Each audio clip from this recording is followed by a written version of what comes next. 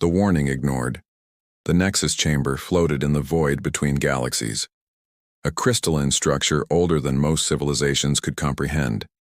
Inside, representatives from the dominant species of the known universe gathered for the millennial assembly. The chamber pulsed with energies that translated thoughts and words across thousands of different languages simultaneously. At its center stood the Archive Keeper, a being whose species had long ago transcended physical form, existing now as pure consciousness wrapped in shimmering light. The Archive Keeper's voice resonated through every mind present, neither loud nor soft but impossible to ignore. We gather today to discuss a matter of grave importance. A young species on the edge of the Orion Arm has achieved nuclear fission. Protocol demands we evaluate them for potential inclusion or elimination. Laughter rippled through the assembly. The Dominari, a race of crystalline beings who had conquered 300 systems, flickered with amusement. Their representative, a towering figure of living diamond named Praxis, projected his thoughts with casual arrogance. Another primitive species playing with atoms? How tedious. Show us the data so we can determine how quickly to harvest their world. The Archive Keeper remained motionless as holographic displays materialized around the chamber. Images of Earth filled the space. Blue oceans, green continents, sprawling cities, and most importantly, humans. Bipedal, soft-skinned, seemingly fragile beings going about their daily lives. The assembly studied them with the detached interest of scientists examining bacteria. The Swarm Collective, a hive mind that inhabited 17 systems, buzzed with coordinated disdain. Their billion voices spoke as one through their ambassador drone. They are individuals, weak, divided. They war among themselves over resources, ideology, even belief systems. How can such a fractured species pose any significance to the galactic order? More laughter echoed through the chamber. The Etherians, beings of pure energy who had mastered faster than light travel millennia ago, danced through the air in patterns of mockery. Their spokesperson, a brilliant corona of blue flame called Luminex, crackled with derision.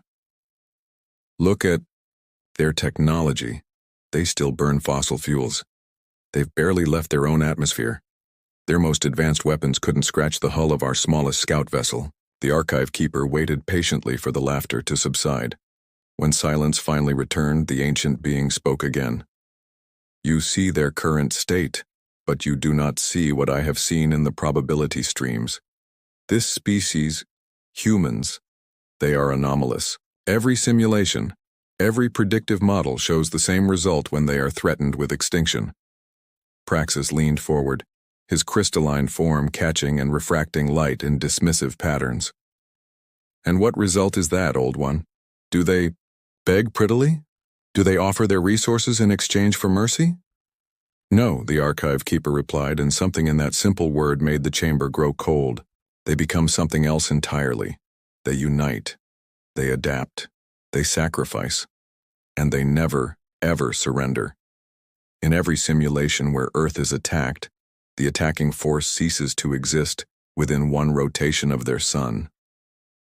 The assembly erupted in disbelief. The Voidwalkers, masters of dimensional manipulation, rippled through several realities at once in their agitation. Their representative, a being that existed in 7 dimensions simultaneously, spoke with overlapping voices. Impossible. We have seen their weapons, their ships, their soldiers. They are centuries behind even our most primitive members. The Archive Keeper gestured, and new images appeared, not of Earth as it was, but probability shadows, potential futures branching out like a tree of light. In every branch where Earth was threatened, the images grew dark, filled with technologies that shouldn't exist, weapons that defied physics, and humans who had somehow become more than human. This is what you fail to understand. The Archive Keeper continued. Humans do not develop linearly like most species. They develop in surges driven by necessity. War doesn't weaken them, it catalyzes them. Threat doesn't divide them, it unites them. And they have a trait that none of your species possess in such abundance. Luminex flared brighter with irritation. And what trait could these primitives possibly have that we superior beings lack? Spite, the archive keeper said simply. Pure, unadulterated spite. When faced with impossible odds, when told they cannot win, when confronted with their own extinction, they don't accept it. They rage against it. They will burn their own world to deny it to an enemy. They will sacrifice billions to save millions. They will pursue vengeance across galaxies and through generations. I have seen the probability streams. Leave Earth alone, and humanity will join the galactic community peacefully in time. Threaten Earth, and... The archive keeper paused, and, for the first time in eons, the ancient being seemed to shudder.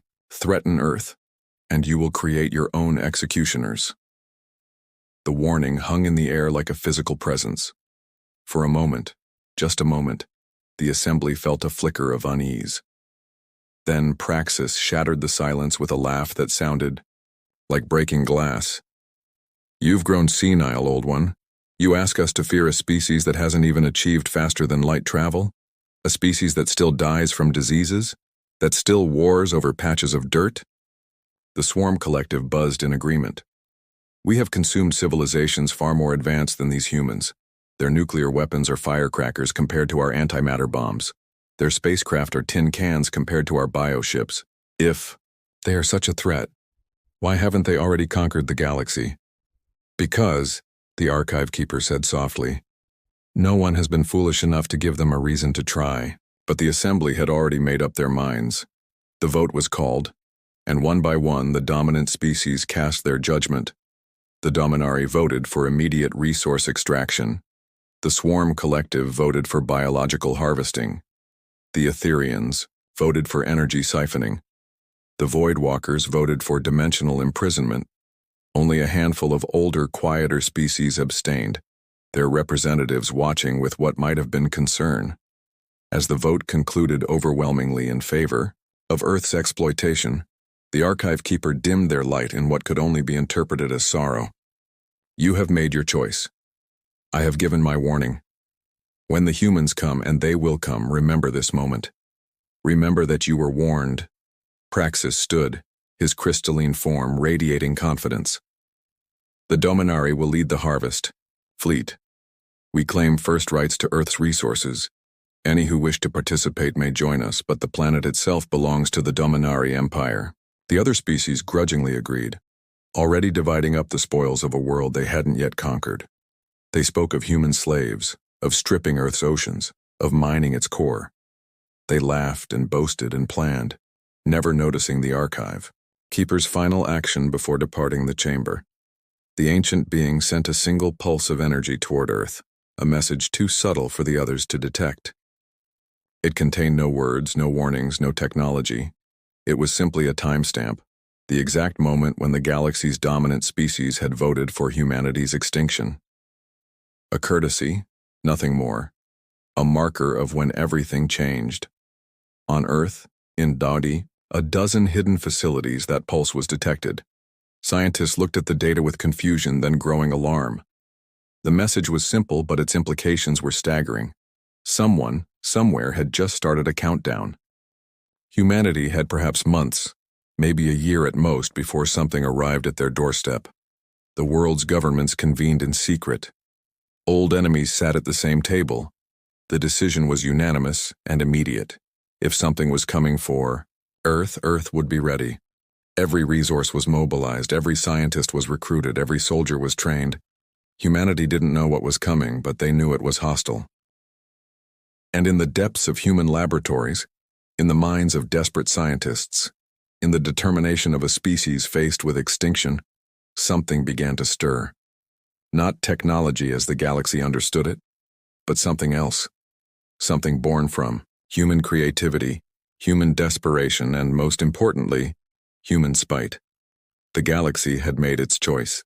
Now humanity would make theirs. The reckoning 6 months passed in the blink of a cosmic eye.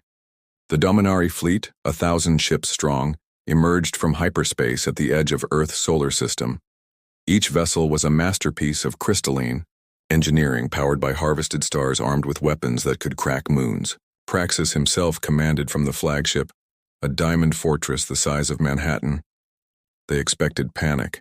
They expected primitive radio signals begging for mercy. They expected Earth's meager defenses to scramble in futile resistance. What they found was silence. Complete, absolute silence.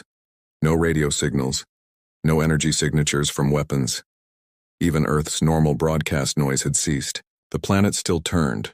Its cities still glowed with light, but it was as if humanity had simply stopped communicating. Praxis found this amusing. "They're paralyzed with fear," he broadcast to his fleet. "They can't even speak. Begin the harvest. Strip the outer planets first. Let them watch their system die before we take their world." The fleet spread out, confident in their superiority. Mining ships headed for Jupiter's moons. Harvester vessels moved toward Mars. The main battle group maintained position near Earth, weapons trained on the planet's major cities. They waited for the first sign of resistance, eager to demonstrate the futility of opposing the Dominari. The first sign something was wrong came from the mining ships at Europa. They reported successful landing, then nothing. No distress signals, no explosions, just nothing. The ships simply went dark. Praxis sent scouts to investigate. They found the mining ships intact but empty. Every Dominari aboard had vanished, leaving only perfectly preserved crystalline shells. Then the Mars harvesters reported something impossible. The planet's surface was moving. What they had taken for red sand dunes were shifting, revealing structures underneath, massive, geometric, clearly artificial. Before they could report more details, those ships too went silent. Praxis felt the first flicker of unease. All ships converge on Earth. Begin immediate orbital bombardment. Burn their cities. The fleet moved into position, charging their main weapons. Energy beams capable of turning mountains to glass powered up. Antimatter missiles armed. Kinetic bombardment rods aligned. 1,000 ships prepared to turn Earth's surface into molten slag. They fired simultaneously. The space around Earth lit up like a new sun, as enough firepower to devastate 100 worlds streaked toward the blue planet. The Dominari watched eagerly for the impact, for the satisfying sight of continents cracking and oceans boiling. The weapons never reached Earth.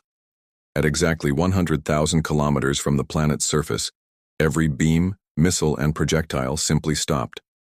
They didn't explode or deflect. They froze in space as if time itself had paused. Then, slowly, impossibly, they began to reverse course. Praxis had exactly 3 seconds to process this before his own weapons returned to sender. The Dominari, fleet's shields designed to withstand attacks from other species' weapons, were not prepared for their own armaments. Ships shattered like glass ornaments. Crystal fragments sparkled in the void as a third of the fleet died in the first second of reversed fire. Then Earth responded. From the planet's surface, from the moon, from Mars, from hidden positions throughout the solar system, humanity's answer emerged. Not ships as the galaxy understood them, but something else. Geometric shapes that folded through space itself. Vessels that existed in multiple dimensions simultaneously. Technologies that shouldn't exist, couldn't exist, but did. The human fleet didn't attack in any conventional sense. They simply occupied the same space as the Dominari ships, and where they overlapped, the Dominari ceased. No explosions, no debris, just absence. Praxis watched in horror as his 1,000-ship armada was methodically erased from existence. Through the chaos, a single transmission reached every Dominari ship simultaneously, not in their language but somehow understood perfectly. A human voice, calm and conversational. "You were warned. The archive keeper told you what would happen. You laughed. Are you laughing now?" Praxis tried to respond, to threaten, to negotiate, but his communication systems wouldn't function.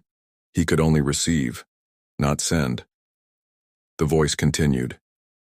"You came here to harvest our world, to enslave our people, to strip our resources. You saw us as primitive, weak, divided. You didn't understand that humanity's greatest strength isn't our technology or our weapons. It's our ability to hold a grudge, When the archive keeper's warning reached us, we had 6 months to prepare. Do you know what humanity can do with 6 months when facing extinction? We can rewrite the laws of physics out of spite. The flagship shuddered. Praxis looked at his tactical display to see human vessels surrounding him. Not attacking, just watching, waiting. We reverse-engineered your hyperspace technology from the energy signature of your announcement.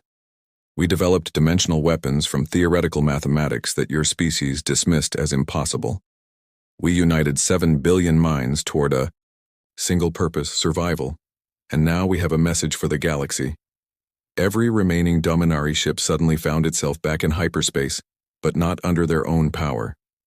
They were being dragged, pulled by forces they couldn't understand or resist. The journey that had taken them weeks now passed in seconds. They emerged in the Nexus chamber, their battered fleet materializing in the middle of the Millennial Assembly. The gathered species recoiled in shock. The mighty Dominari fleet reduced to fewer than 100 damaged vessels. Praxis's flagship, once a gleaming diamond fortress, now cracked and dim. The assembly had reconvened to hear of Earth's conquest. Instead, they witnessed the conqueror's defeat.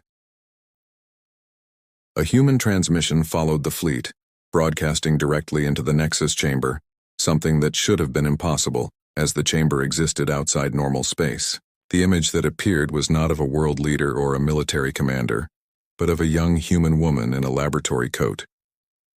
"Hello, galactic community," she said pleasantly. "I'm Dr. Sarah Chen, speaking on behalf of the United Earth government. We wanted to return your ships. We have no interest in keeping prisoners or trophies. We simply wanted to send a message."